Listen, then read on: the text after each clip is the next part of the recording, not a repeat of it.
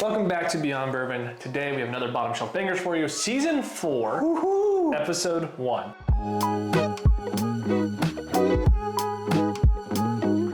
So same rules apply as before. $30 or under, we're gonna try to find the best bottle. After this season, we'll probably do the mega blind of season winner. Yeah. You think 8's probably enough? I think 8's enough. Yeah, so we're gonna do a mega blind of the season winner and then the final bracket winner. Yeah.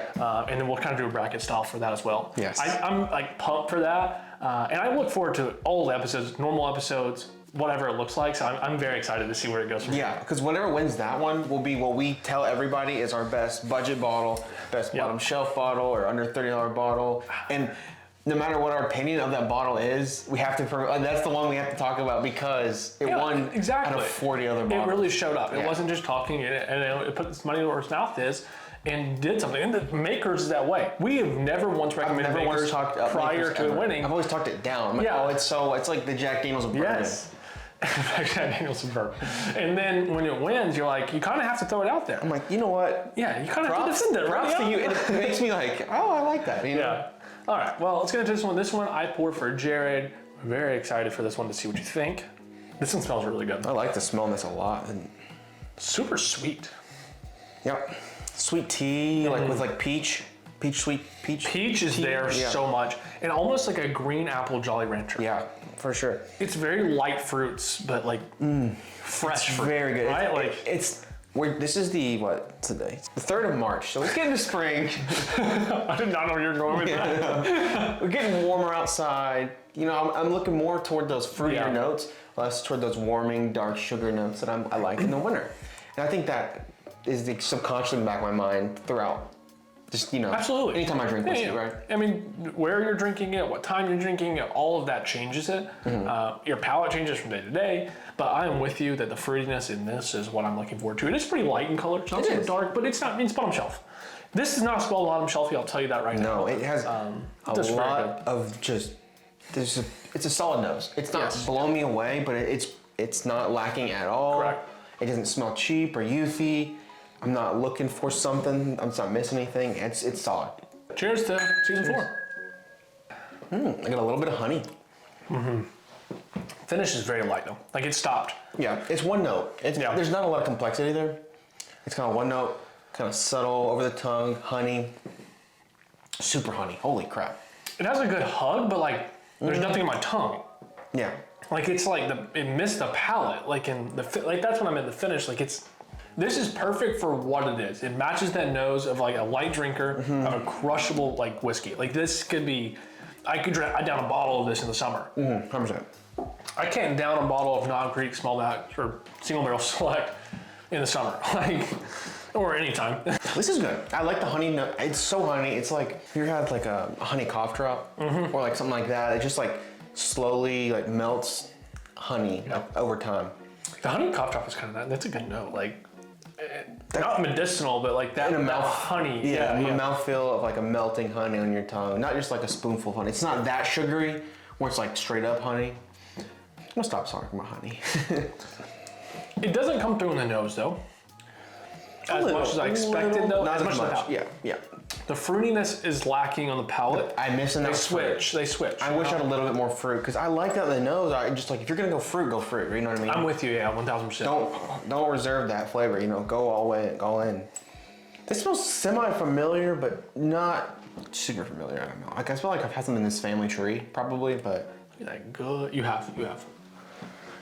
It doesn't. I know what this is, and I would have never guessed. Like I am questioning if I poured the right thing. Like it's like that different for me. But I did pour the right thing. This is a solid start to season 4. I got a lot of stuff bottom shelf. We've tried over the months we've done this have been bad. Yes. Like very bad. Just not drinkable. Like not drinkable. I mean, not. Ugh. Like even last season, it was a little better, but like the bottom 3 or 4, I don't want to go back to ever in my life. The split of last season made it very difficult. Not difficult, but like it was very obvious of what was good and what was bad. Yeah. This, I think, will be towards the bottom of the good. I think this will make the finals, but be the bottom seed. The last four in, That's exactly what I'm thinking right now. Could be a sleeper, right? I think so. Especially, I think after you hear what it is. It's opening. It's going to open up over time. It is. Okay, so let's go to score. I'm gonna go 36.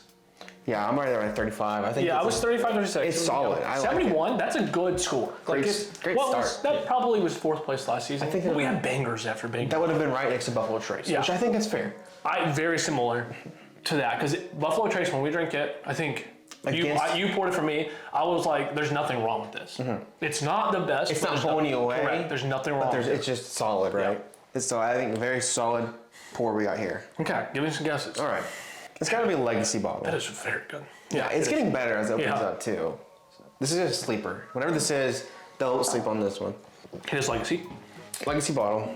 Since it's not really on profile to like what the distillery usually has. To not what I expected this bottle to have. It just doesn't remind me of a specific distillery. It doesn't. It's got to be another random like Buffalo Trace, Jim Beam, Heaven Hill type product. It's one of those three. Yep. I just don't get any nuts. Is it a Buffalo Trace product? It is. Okay, has to be. That's that fruit. That's that the apple you pointed out. Yeah, it is. Okay, so that is on profile a little bit, but this is so odd. Problem is with Buffalo Trace, there's so many products under the Sazerac Buffalo Trace. Yeah, that you forget. I can't even what think of them, Buffalo and then Trace. as soon as I see it, it happened with Ancient Age. I'm like, oh my god, I was just talking about that. Yeah. Is it like a rye product, Buffalo Trace? Okay, this is why I kind of have that little ryeness to it. That's that like minty, fruity kind of notes I get there. A Buffalo Trace product. It's Sazerac rye. Yes. Oh my gosh, it's so different than I remember. No. Well, we paid $29.90 for it. We did a 4 view on this one. We found it in our hunting video, and so it was $29.99. We have proof of it being $29.99 in our area. And so everyone else said online that that's like because we said we found it for $38, and they're like, that's crazy to see. We found it for $21. It's on Friday, and I'm like, okay, cool, awesome, great for you. But yeah, that's what it is. the reason I didn't guess this was because we just we did a review of it, and I was like, oh, we already did that one, but no, we haven't. This is really good, and it's much different than I remember it being. That's why I said it's not on profile. Like I remember being more rye heavy. Exactly, it was so spicy rye, like with minty. What's so like mint gum? I think we said on it, right? We didn't say minty one time for this. I knew what it was, and I did not think minty at all. I did know. I can kind of get that rye-ness, but it wasn't a specific note. So let me know what you guys think about Sazerac rye. I know it's the second video we've had in the last few weeks, but since we bought it, I've wanted to do bottom shelf for it. And when I saw it, I was like, I really want to see how this performs blind, because everyone always said, you know, it's a good cocktail, it's not great, whatever. But I was like, you know what? We've never had it blind, so like, let's see what happens. It performed better than I expected. I thought it was going to be hover around that 60 mark, maybe 58, 60. But for 71 for this, like it's better. It's gotten better since we had it the first time. I think, and it's gonna stand up really well against some average bourbons because that rye has a little extra edge. It tastes like a $45 product. Yeah, it does. So. It does. So thank you guys for watching. Let me know again what you guys think about Sazerac rye, and cheers to our first episode of season 4. Cheers.